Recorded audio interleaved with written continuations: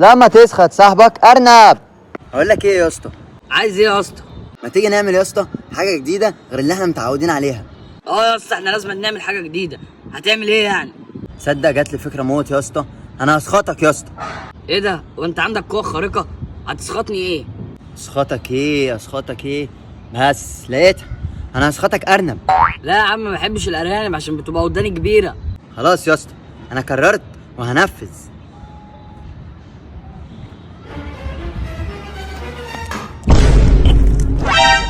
ايه اصلا اللي انت عملته فيا ده؟ يا عم رجعني، انت قلبتني ارنب بجد وبقيت وداني كبيره. يا عم انا عايز ابقى بني ادم.